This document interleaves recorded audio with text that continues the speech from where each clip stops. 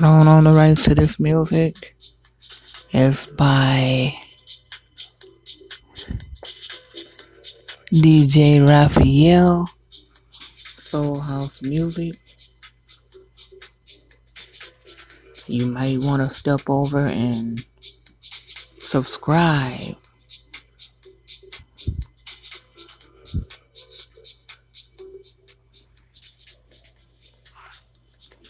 Last time we talked, it was about the 1919 nationalist movement in Indonesia, which had expanded to an organization of some 2.5 million people calling for complete independence from the Dutch. Up to this time, the race element in international conflicts had remained unexpressed. When, however, Japan admitted as a full participant to the peace conference at Versailles in 1919, proposed that racial equality be written into the covenant of the League of Nations. Race came out into the open. The proposal was outvoted, but the point had been made. The Japanese move did not, of course, spring from a purely altruistic concern for the world's non-whites. Japan had its particular axe to grind. Japanese immigration to the west coast of America had been drastically curtailed in the years preceding World War I. A direct presidential initiative had been needed in 1907, for example, to rescind a 1906 decree by the San Francisco School Board stipulating segregated schools for Japanese children. The whole question of non-white immigration into white areas has very wide implications for relations between the white and the non-white worlds.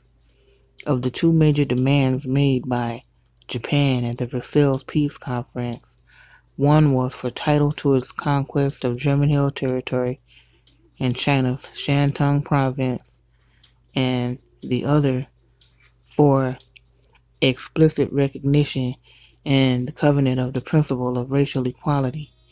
It was the property, not the principle, that Japan won. The property, not the principle. After the sounding of this initial warning bell, race was not destined to play an overt part in the working of the League of Nations, although it was impossible to be unaware of its brooding presence in the background of the Italo-Abyssinian conflict. The League itself was, with the exception of Liberia, Ethiopia, China, and Japan, it was an all-white and predominantly European affair. That this should be so was never questioned, even by the more far-sighted.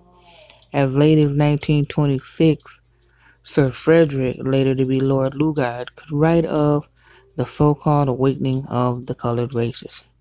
My comment. They were worried about it back then. The awakening of the so-called colored races. This has been a concern, it seemed, for quite some time, but not to some of us, of our own awakening.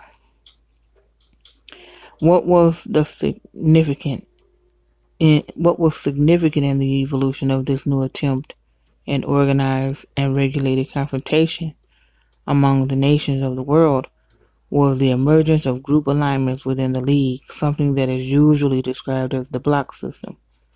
5 such blocks have been identified in the assemblies of the League of Latin America, the Commonwealth, the Scandinavian, with the occasional adherence of the Netherlands, and a group comprising Germany, Austria, Hungary, and later Italy. Looser groupings of Balkan states also appeared from time to time. So that's it for this time. Thank you for joining me in the living room for conversations, reading, and research. The next reading we'll be going further into talking about the block system. In the meantime, I want everybody to have a blacktastic evening. Don't forget to tell somebody about Black Living Room Talk. Peace, love, and Black Power.